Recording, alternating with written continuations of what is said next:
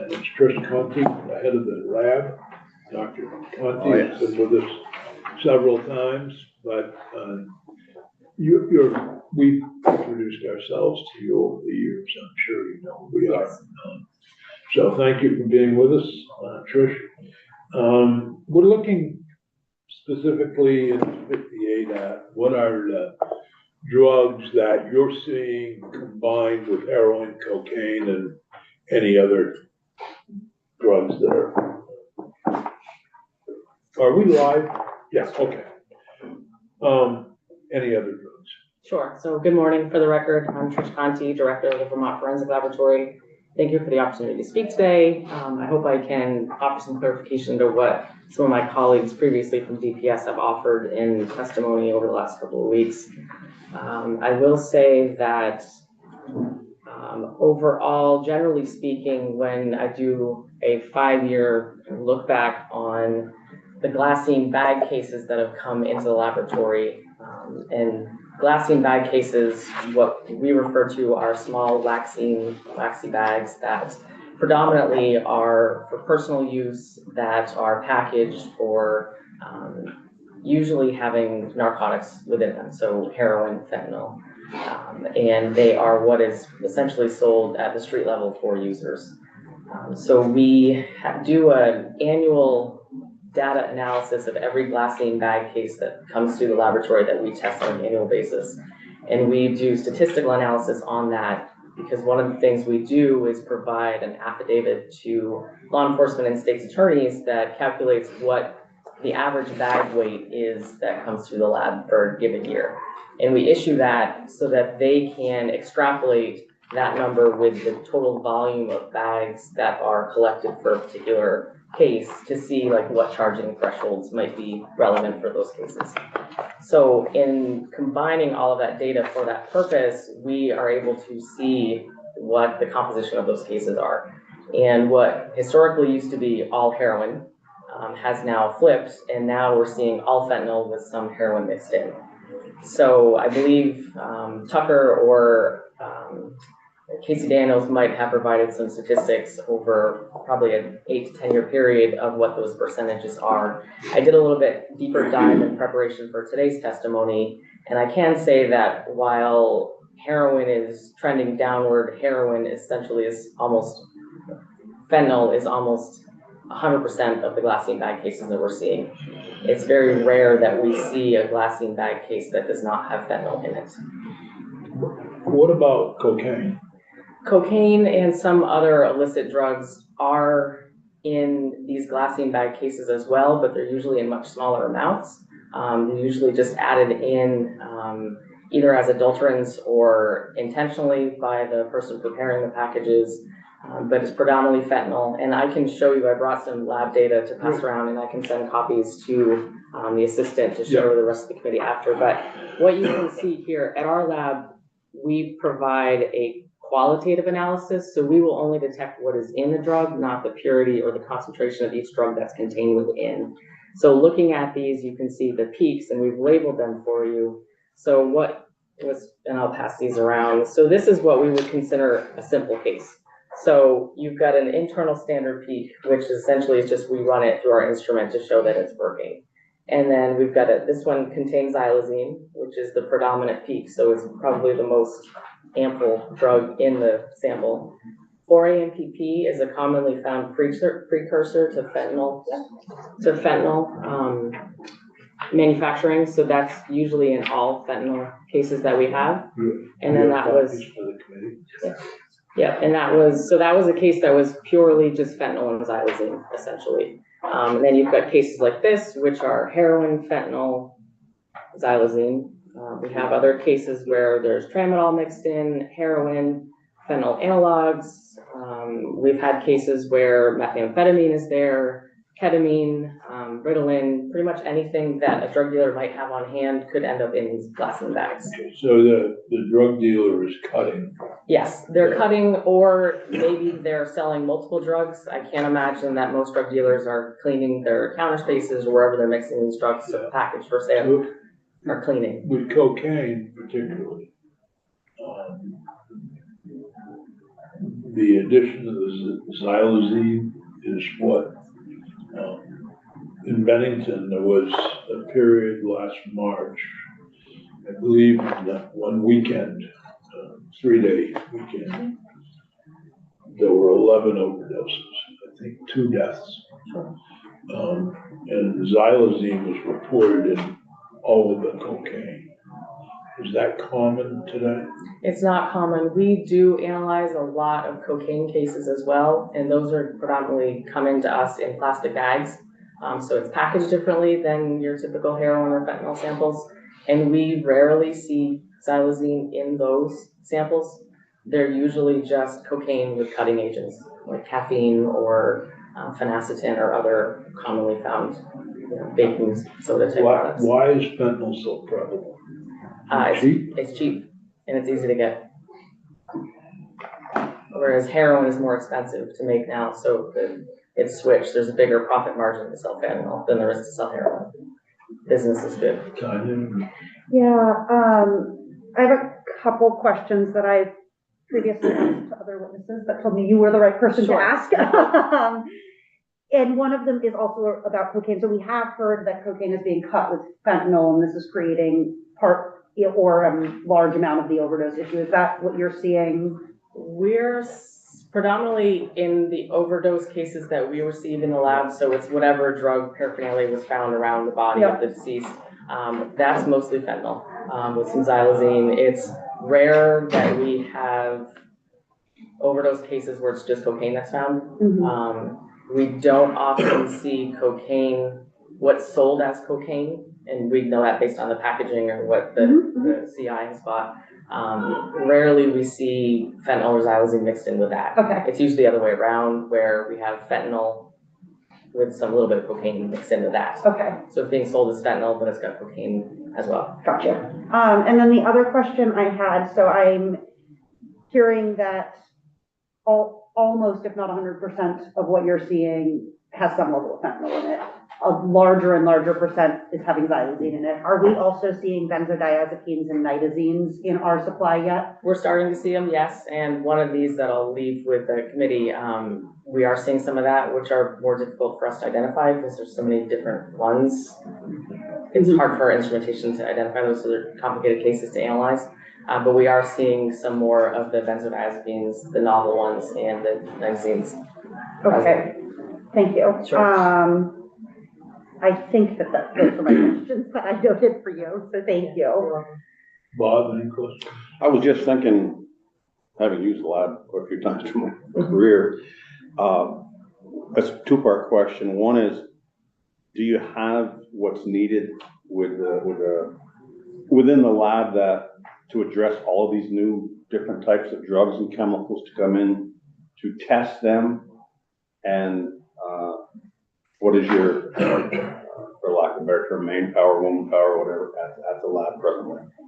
Sure. So to tackle the first part of that question, we have the analytical instrumentation necessary to detect these. The limiting factor is usually whether there's a commercial company that has a standard available, because in order for us to positively identify a lot of these novel compounds, we need to have a commercial standard to put into our library to search against to be able to identify it. So a lot of the times we're limited based on what we can obtain. We as soon as what we think is a novel compound coming in that our instrument is seeing, we purchase those and then we run them against the samples to see if that's what it is. But that's usually the limitation, not necessarily our ability to detect it. Manpower-wise, the drug chemistry unit right now has 3 full-time drug analysts and a working supervisor. We have one other individual in the lab who is our quality manager, who is also trained in identification of controlled drugs. So I would say, all those people together, it's probably equivalent to 4 full-time staff members. I will say that it is the busiest section in the lab, which is no surprise to this committee based on the drug problem in the state. We have increased our capacity instrumentation-wise over the years, so we have redundancy there.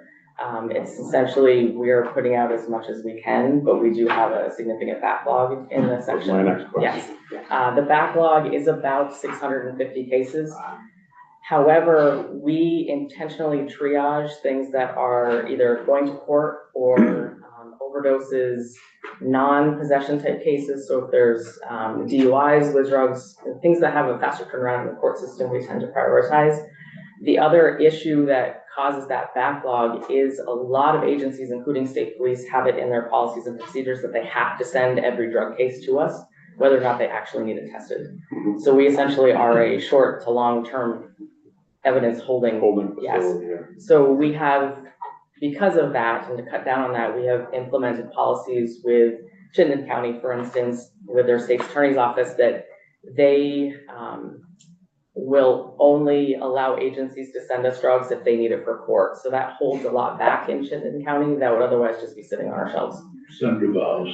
Thank you. Thank you. Yeah, so my concern, and I just don't know how the whole system works, so, is the testing for public safety. So if a lot of stuff isn't coming to you and being tested, there's no ability to alert people that, like, this is in the drug supply, you may die if Correct. you use this. Right. So that, okay. And I will say, just Yeah. to interrupt for a second, that's why all overdoses come to us. Mhm. So for every overdose case where there is drug evidence present, comes to us, and we test that, and we work in conjunction with the Vermont Intelligence Center and the medical examiner's office to kind of close that loop and to get the information out if there is something up and coming. So we will turn those around within a week or two of having them come in. So Okay. that's pretty fast. So there is a prioritization Absolutely. of those type of Yes. public Yes. safety. Absolutely. Okay. And then I have another question, and you may not know the answer, but I'm curious. So we've seen this rise in fentanyl because it's cheaper. Do you have a sense of why it is so much cheaper? Mostly because of the ease of manufacturing in clandestine labs. So it's easier for these street chemists to produce that based on what their needs are to synthesize it than it is for heroin. So it's a manufacturing issue. So because it's easier to produce, it's cheaper to sell, and it's readily available. Okay, that makes sense. Can you help me? Is xylazine illegal? No, it's currently not illegal per Vermont statute and the regulated drug rule that's promulgated by the health department. It is not listed. Do you know why it's not? Because the list has not been updated. So it's, the last time the regulated drug rule was updated is 2019. So there are a number of compounds that. People are getting ill and dying, and the health department, please, get the health department in here. I'd like to have, if the list isn't updated, then I think we should put it in the statute for this bill. I realize we don't want to chase around for every drug that somebody comes up with, but this is prevalent in enough of the drugs and the overdoses we're seeing. And the scary part about this one is Narcan doesn't work. Correct. Yeah, I will say, as this committee considers statutory changes, whether they be part of this bill or other bills, the implication that definitions and thresholds will have on us, please keep that in mind. I'm happy to come back at any time to talk about that. How would adding xylazine, do you have any thoughts on how we would add xylazine to our list of regulated drugs? Sure, there are a couple of options. If it was simply added to the list of regulated drugs that the health department puts out, and there are no benchmark limits set or statutory thresholds set, it would simply fall as a misdemeanor or however that's charged. I'm sure Ledge Council could, or a state's attorney could talk about that. The way that testing, let me back up a step. The way that our testing works now is, so we will have a case come in. So the first thing that the analyst does is, what do I have for evidence? So either how many bags, whatever the volume is, and what is thought to be in there based on field testing or packaging or what we think it might be. So our goal is to approximate what's there, and then what type of case is it? A simple possession case, or is it a sales trafficking case? And then we decide our testing strategy. So we have to test enough to meet a statutory threshold for something like heroin or fentanyl, or we default to the regulated drug rule where if there's no threshold set, then we simply test for the presence. So we do one sample to prove it's there, so it's illegal, and we move on.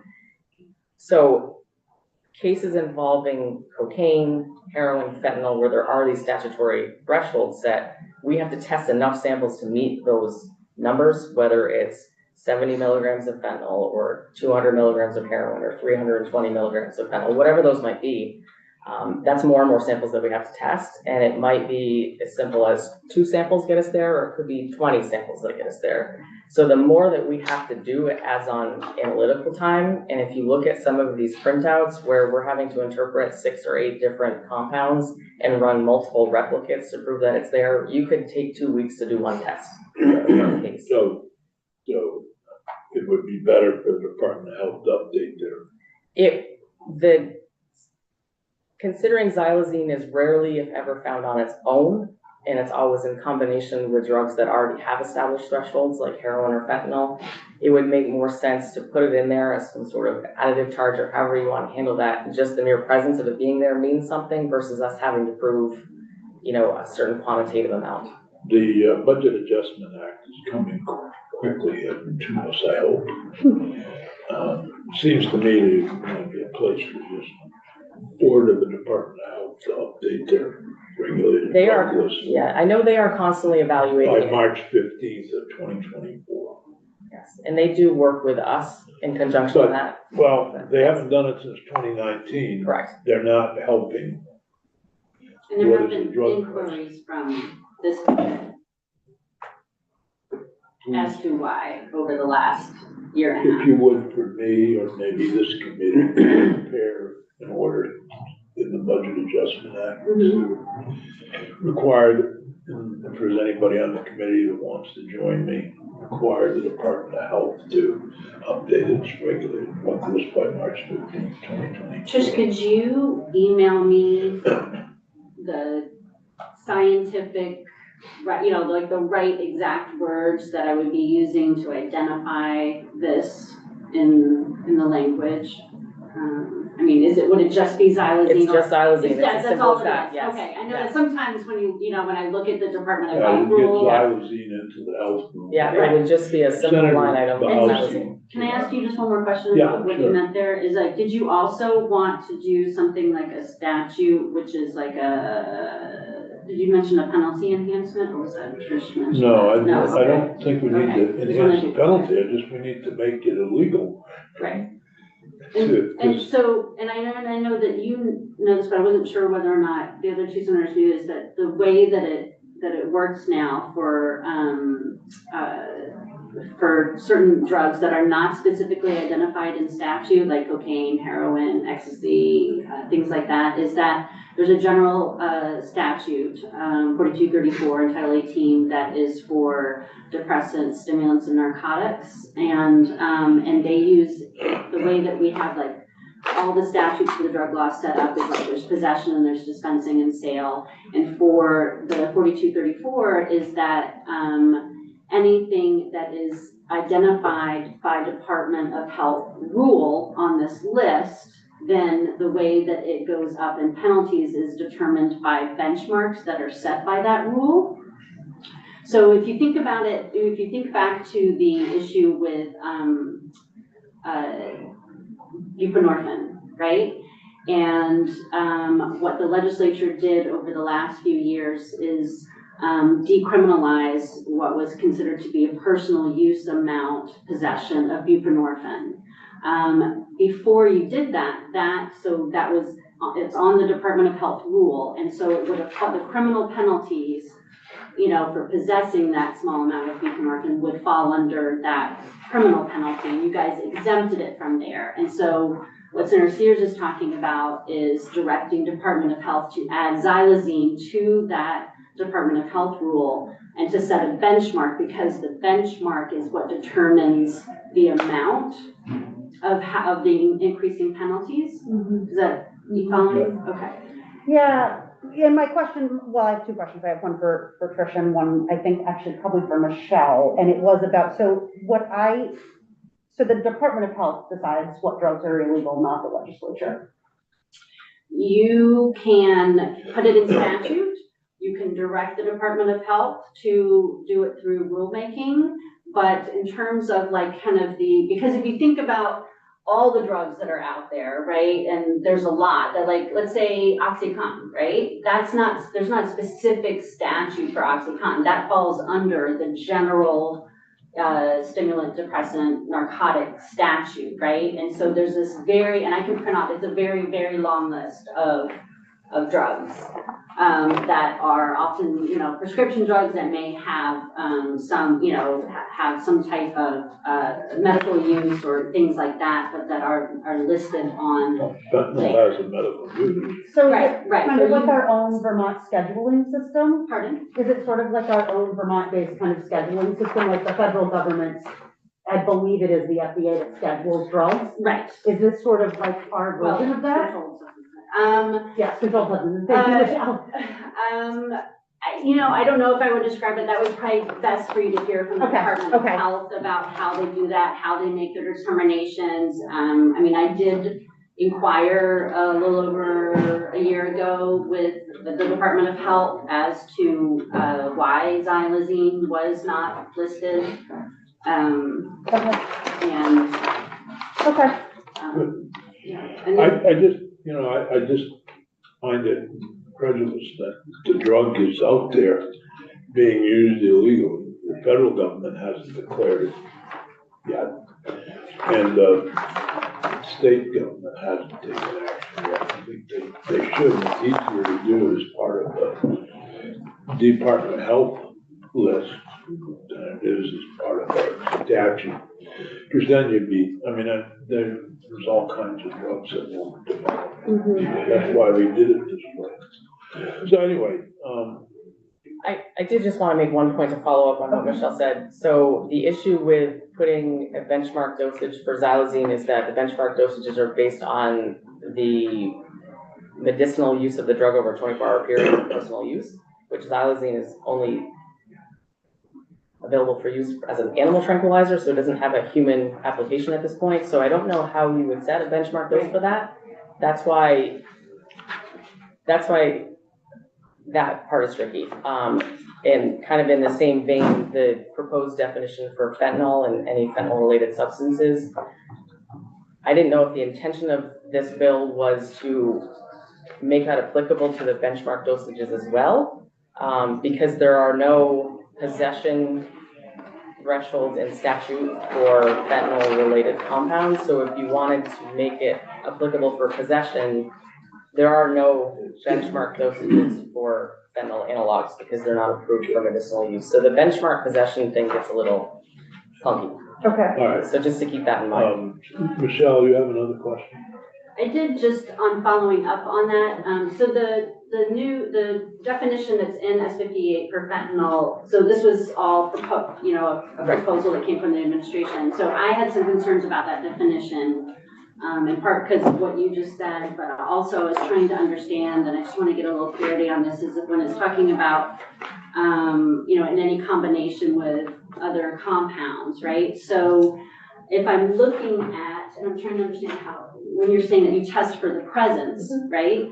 And so if I'm looking at the fentanyl statute, and let's say we go from possession of 4 milligrams is a 10-year felony, and then you go 20 milligrams is a 20-year felony.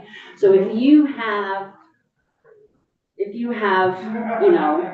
a substance, right, and then you're testing it, how are you, so if you're just testing for presence, what are you doing on your end, and then what are the state's attorneys doing on their end on the charging, if, to make that determination between, are you charging a 10-year felony or charging a 20-year felony? Right, so the weight-based thresholds are based on aggregate weight. Mm-hmm. So if we say you have, we do all the math and what we test, and you've got over one of those thresholds of aggregate weight, Right. if it contains X, Y, or Z, you can be charged based on X, Y, or Z, because we don't do purity testing to say how much. So it could be that you have the same amount of fentanyl, right? Mhm. But you've got a lot more cutting agent that gets you to, 10 milligrams instead of 4 milligrams, and you're gonna get the 20-year charge instead of the other charge, even though the fentanyl amount is exactly the same, but you just have more baking soda in there. Correct. Because there is no way for us to do the security testing I don't unless, think we're gonna solve that problem. I'm just trying to understand how it's the- working. Well, one more question for Dr. Clark, you go ahead. Yeah, and so this is, so, and again, if you're not the right person to answer this question, please let me know. So xylazine is not reversible by naloxone. Are there other ways to support someone having a xylazine overdose that would allow them to survive? so what is recommended is basic CPR. So obviously still give the Narcan because the assumption is you probably also ingested heroin or fentanyl, which the Narcan will reverse that. But it's just to support CPR rescue breathing because it's a sedative, so it's going to decrease your respiration. Right. So it's just to perform CPR until you can give other medications to help stimulate the heart and other supportive measures. So securing an airway and providing oxygen in a controlled setting would help. Okay, thank you. Sure. Well, it all requires quick action by EMT, and sometimes that doesn't happen, unfortunately. Or a controlled space where people can use in a supervised way. That's not in this bill.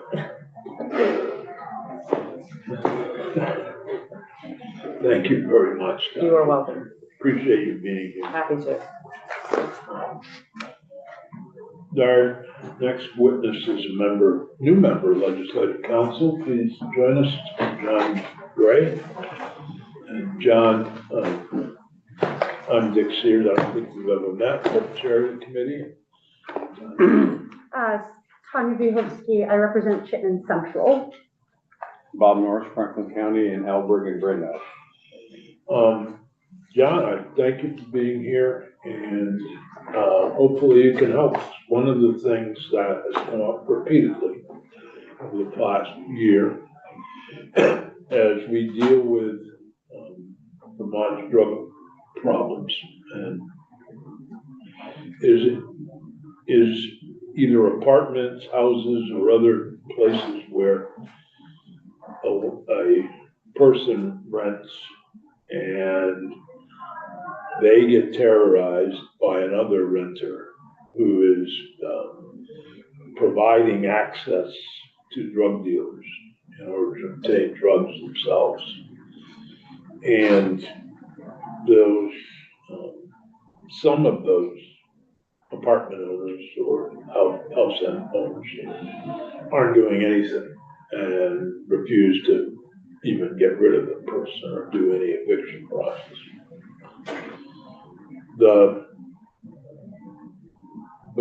So S4 last year, and it's Act something or other, and I can't remember the act number. But anyway, S4 last year dealt with those landlords who were irresponsible and allowed this, allowed a state to come in and made it a criminal offense. But many of the landlords are very responsible, but aren't able to evict these people. And so that's why we've asked you here this morning.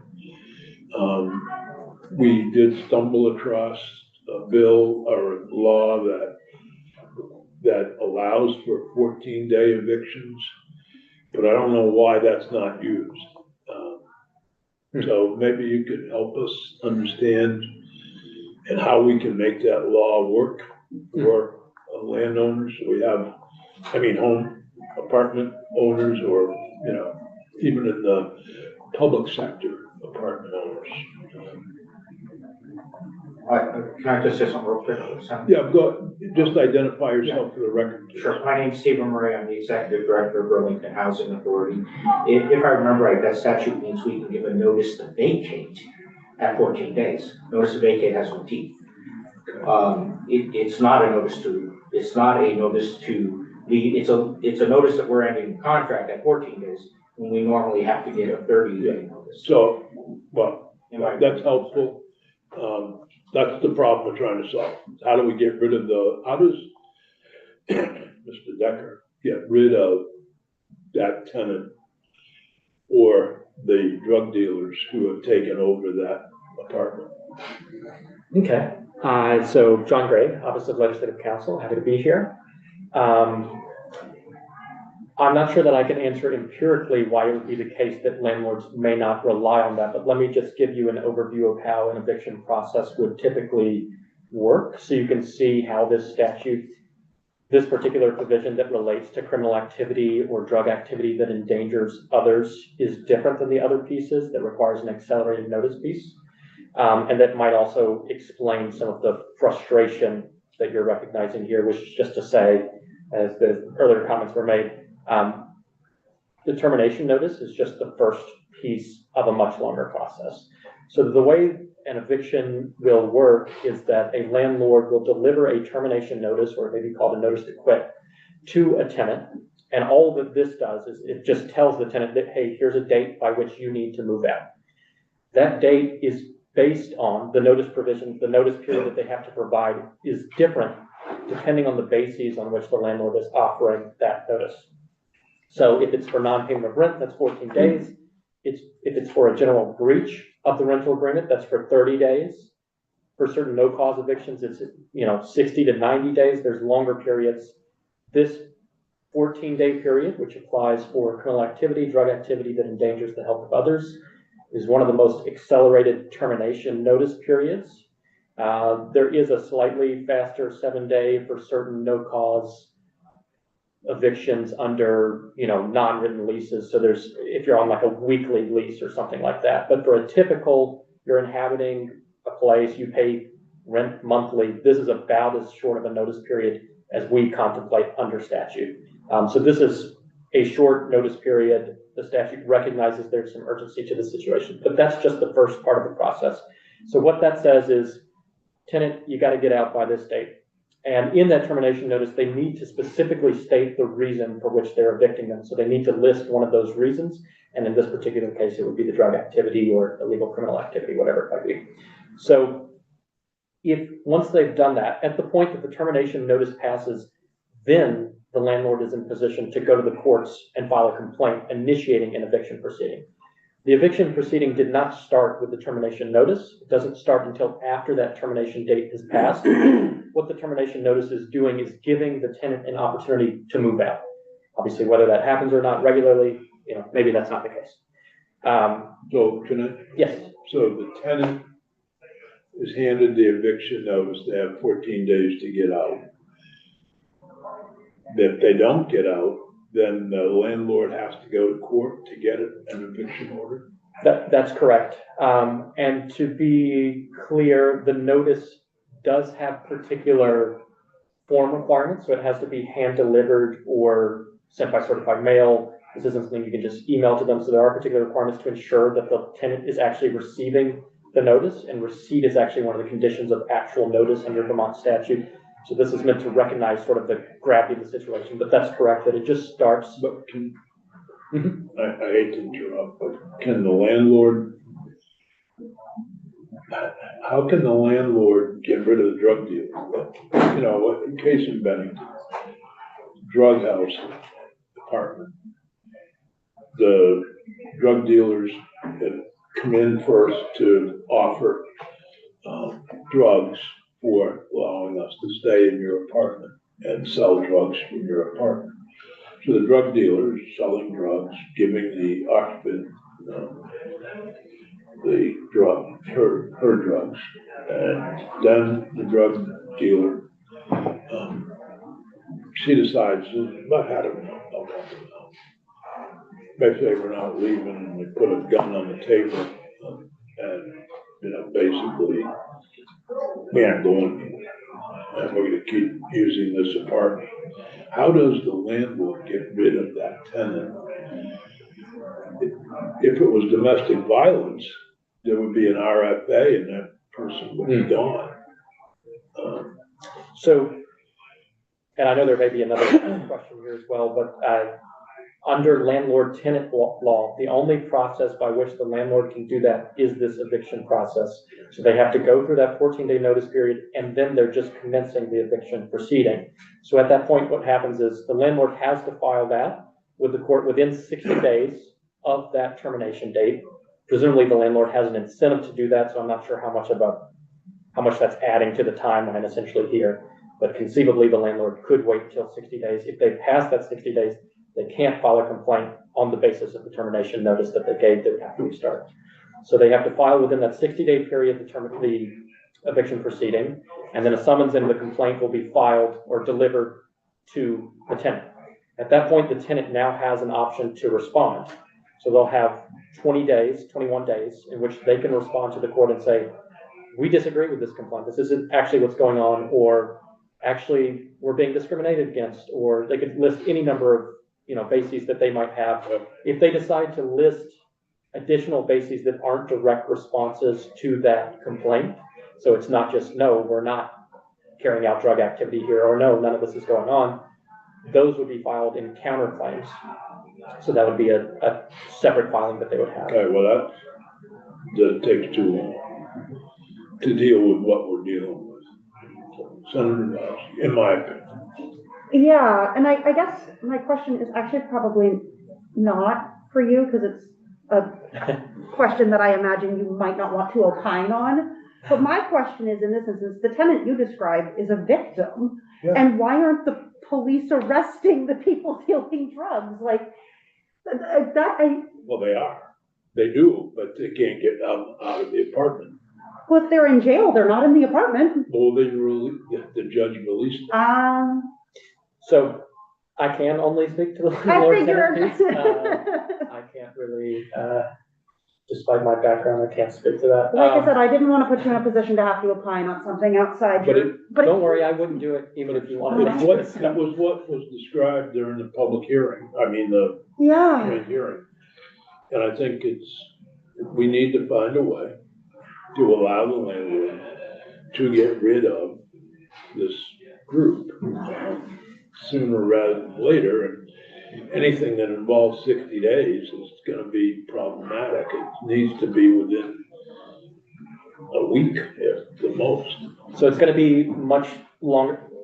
I'm happy to not go into this if you guys don't want to hear the full extent of it, but I can tell you the full timeline, and this can take, even in instances in which there's not defenses, 4 to 5 months. This can. Let me ask you a question. Okay, so, and maybe Michelle can help me with it too.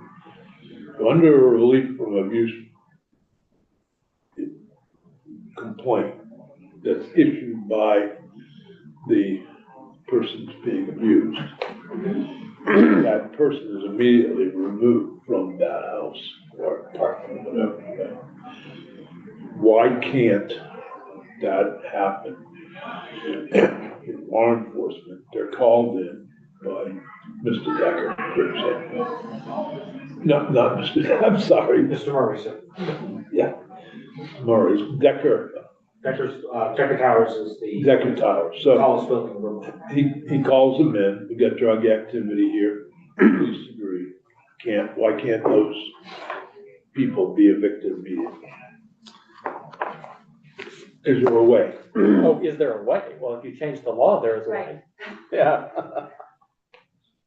If you make it such that, people in this bucket are in a different category, but under existing law, this is the path that we have. It results in multiple month eviction proceedings. You could change the law to say, E1 is. I think we should use the same thing as the bail law, which is if the evidence is, the weight of evidence.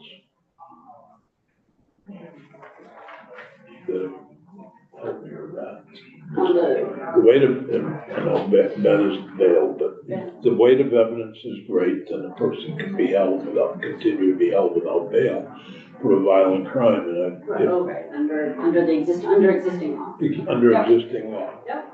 So if the evidence is great that there's drug activity in the apartment, then somebody could be immediately removed or removed within 24 hours on a day, I don't care.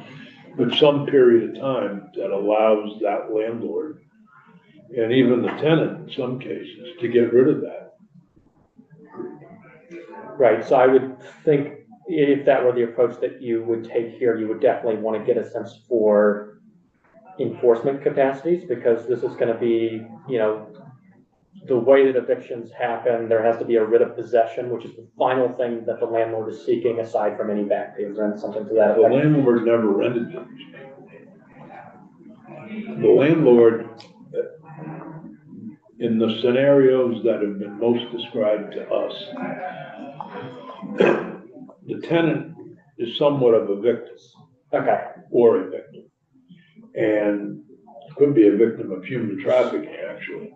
So it is the people who he or she invited in who are not tenants, so say, who are impossible to get rid of under the way Okay. the system is working. So there is a separate provision under our landlord tenant laws that allow for accelerated eviction of non-tenants, essentially people who are occupying a place where the lease has to specifically say that it cannot be subleased to other parties. So you could say that in this case, it would be an eviction of a it's just an occupant, it's a non-tenant. Let me see if I can find that particular. So John, does that apply to visitors or just people who were like illegally subletting? Let me see if I can, so unlawful occupant, Trish, I'm also wondering, like, if you're talking about like getting out, not necessarily Right. getting out to people who are the actual tenants, but the people who are staying with the tenants, I'm like wondering if you do like a no trespass order, I mean, again, there's gonna be an enforcement issue there, but because you'd have to have law enforcement be able to respond if they're back at the location. But I'm trying to think along the lines of like what you're saying with an RFA, which is that, you can't be on this property, right? You can't be Right. living here, you can't be within 100 yards of this property. And I think there's a distinction about like, what is the threshold for criminal activity? Like, would somebody have to be cited or arrested for the criminal activity? And then like, as part of an arraignment, they could put as a condition of release that you can't not be at, I guess I'm trying to think about like a whole universe of options there that we could look at and talk with Judge Zoning about. Yeah, well, who's next? Right.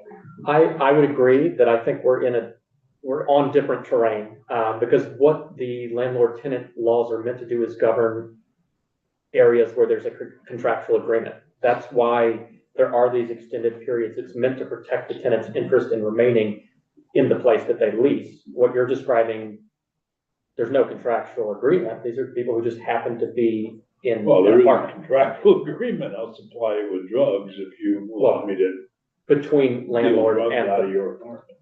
There's no deal between the landlord right. and the tenant to allow this activity. There may actually, I'm sure, in any lease or rental agreement, there's you shall not conduct Right. criminal activities. So. And that's why but in those cases, there would be that contractual agreement between the landlord and the occupant. And that's why they would have these protections under eviction law. But what you're describing is outside of that. Actually, I don't know, there will be cases where they want to use that 14-day law and all that. If we can beat that up, that would be great. But I think what we're looking for is a way to get these people out of that house or apartment. Yeah. I would say, I think that that's separate from landlord tenant law. And I think that that is probably to your advantage because you would have to make substantial modifications to the eviction process. Somebody told me that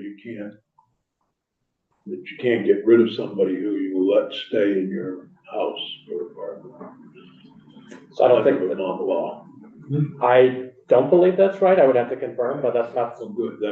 I didn't think it was right, but they insisted they're right. And these are people that know a lot more than I do. Okay. They think they know a lot more. Judge Zone is on. Okay. If you could stay with Sure. us, and I'm hear happy from to. Judge Zone, That'd be great. Judge, did you hear I did. earlier conversation? I did. So for the record, good morning, Tom Zone, Chief Superior Judge. I see that Mr. Gray was referring to a provision about unlawful occupants. That's found at 12 VSA section 4853 small b, not parenthesis. That provides that in an action for ejectment, which is an eviction action, the landlord, the landlord's agent, or the tenant may file for a judgment that the plaintiff is entitled to immediate possession of the premises on the grounds that the defendant is a person that is occupying the dwelling unit without right or permission, and the written rental agreement for the dwelling unit prohibits subletting under Vermont law. A party is entitled to a hearing on that within 10 days, and that is an expedited procedure to address the types of situations, Senator Sears, that you were talking about potentially. And we also, under Vermont law, in Title 12, have, I would refer to them as antiquated statutes on entry or detainer with force and forcible entry. And those statutes at 12 VSA section 4911 and ones that follow it talk about if someone comes in with force or without force and enters upon property where they don't have a right to be, procedures to try to remove them. And those are outside of the landlord-tenant law under that section.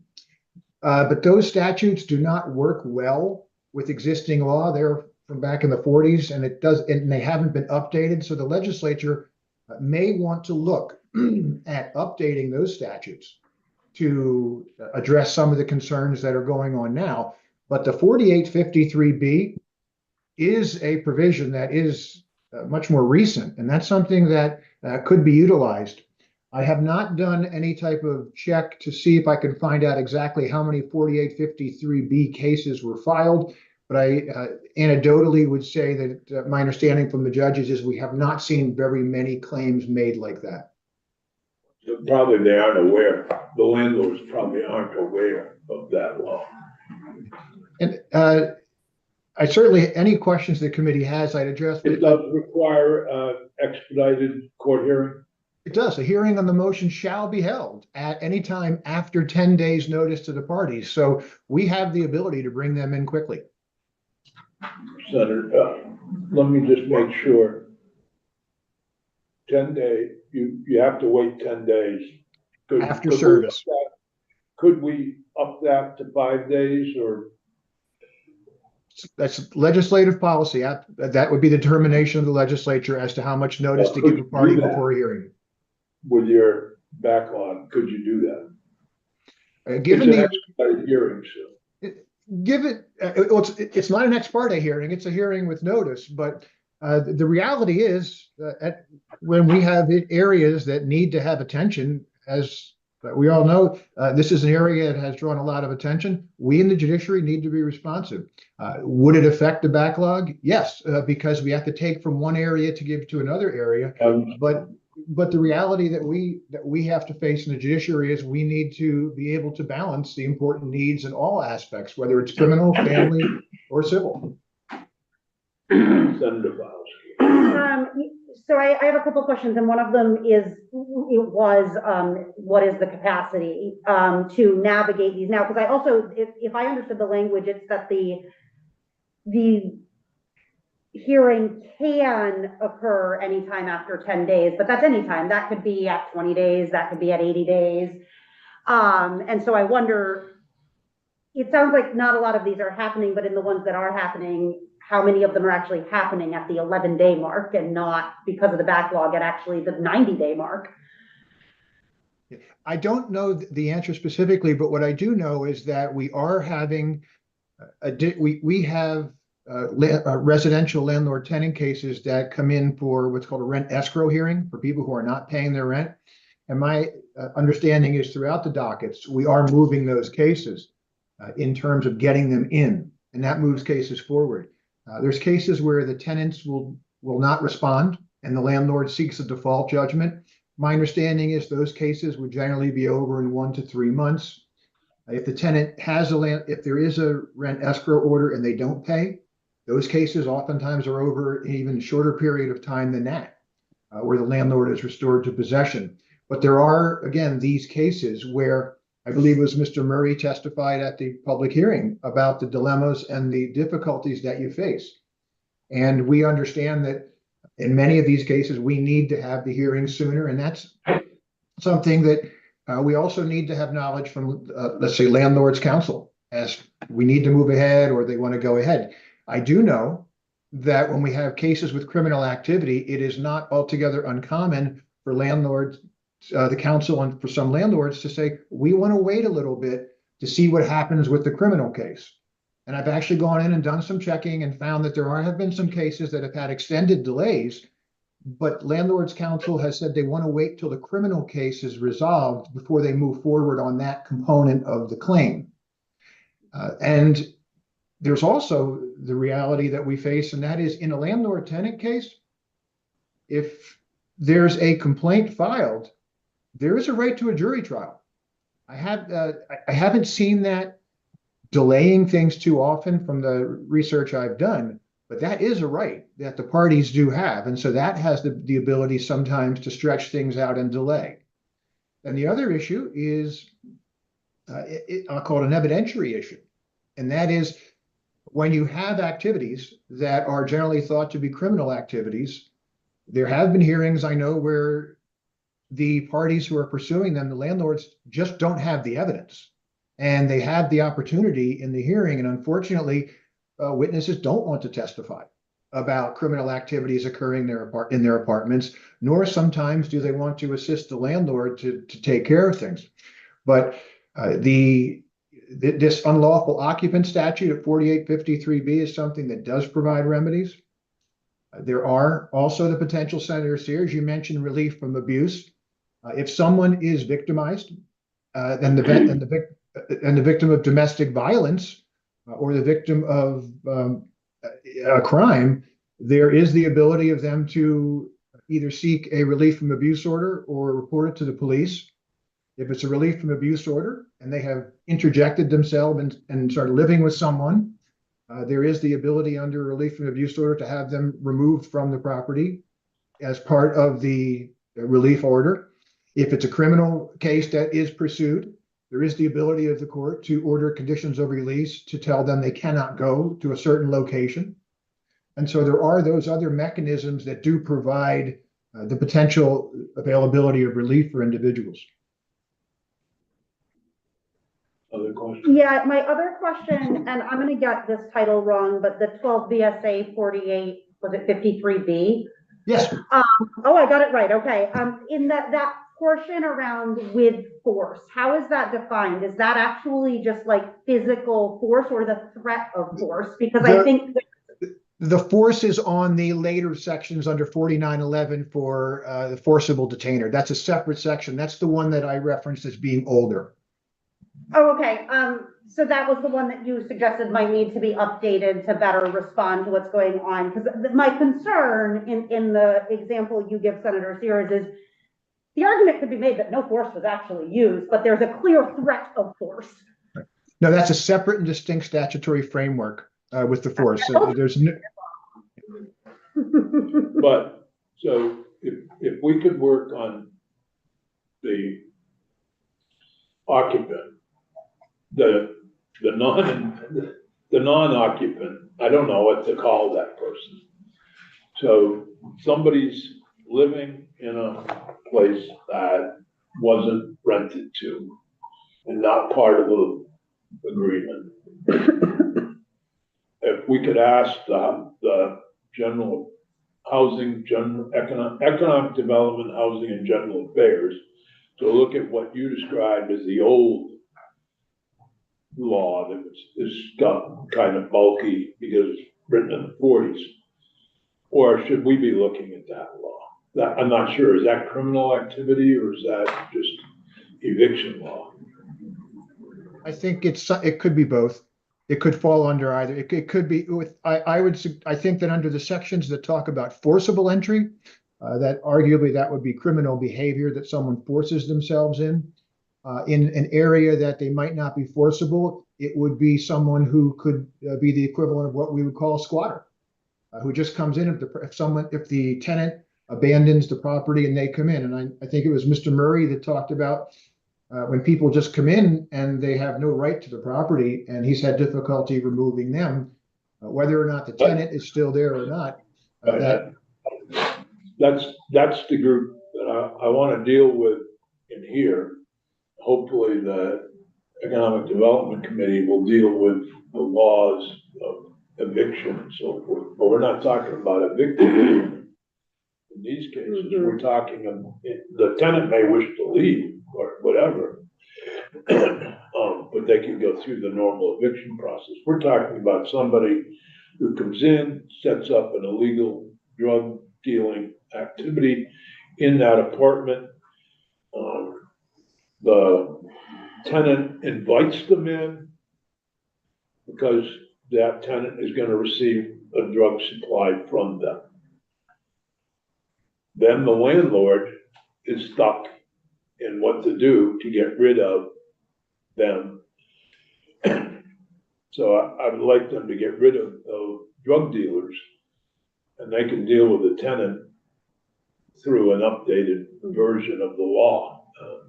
You know, I think the more immediate problem that I've heard is those folks who come in who are not part of the rent. And I would note that, and this I mean, is ties that into, as clear as mud, John? I thought it was pretty clear. And maybe you need to work with Michelle because she understands my language. I think I know what you're trying to do. Yeah. I guess I don't think of it as landlord tenant, but it's clearly something that can be done under law, so that's. Well, I want to something give the Burlington Housing Authority and the Bennington Housing Authority and the landlords throughout the state the ability to get rid of people who are trespassing, for lack of a better term, and doing illegal activity, and that needs to be proven through the court. and insofar as court hearings, Senator, I want to be very clear that we understand the necessity for bringing these cases in, and we recognize that while we have a backlog, these are important cases, and we need to bring them in. And in fact, I would note that in Chittenden County, now that we have Judge Spiro has been appointed as part of her rotation, we've actually have her going down to the civil division 2 days a month. And she's actually going to be providing extra services there. And so it's our hope and it's our intent that this will move things up even at a higher rate of efficiency to get the cases in.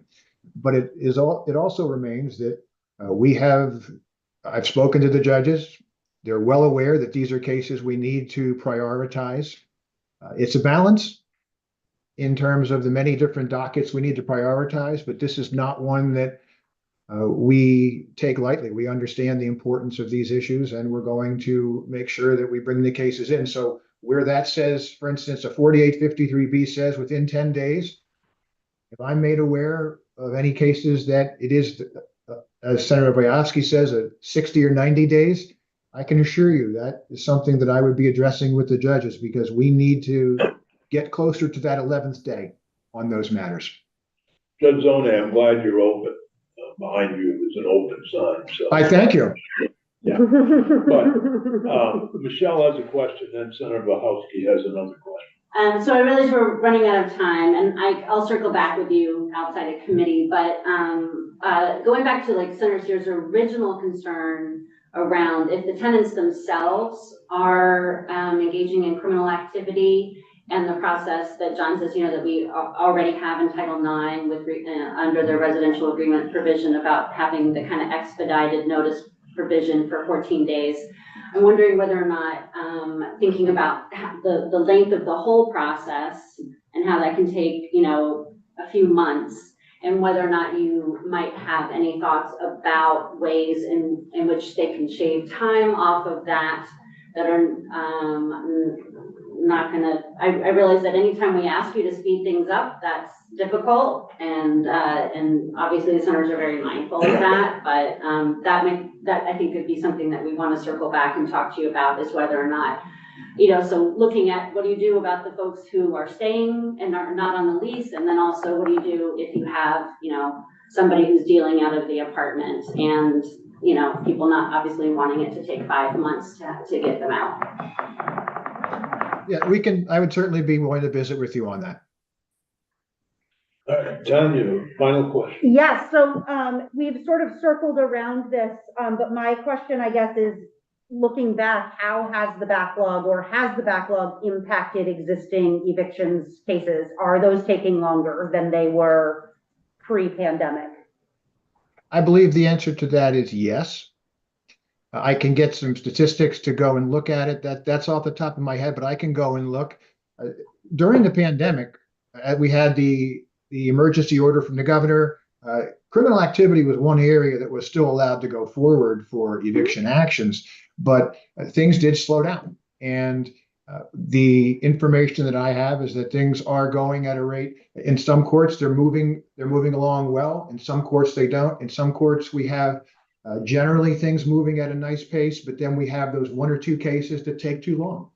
And so it's a balance to try to make sure that we keep everything moving and we don't have any of those cases that we allow to take on, if you will, a life of their own and start taking much too long. We need to be getting the cases in sooner. It benefits everyone.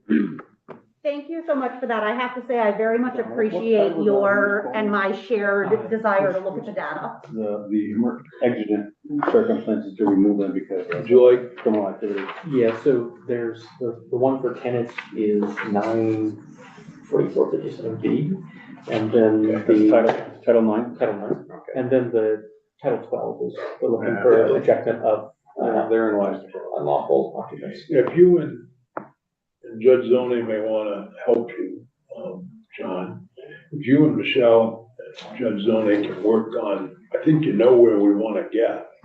And anything to speed up the eviction process where the tenant is actively engaging in criminal activity.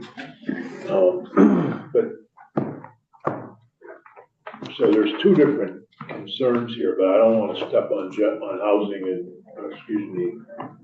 Economic Development, Housing and General Affairs Committee's work on the old laws, but we need to update things to make it work for these landlords who are trying to do the right thing. And also because of the impact it has on the other tenants of those apartments in those apartment buildings.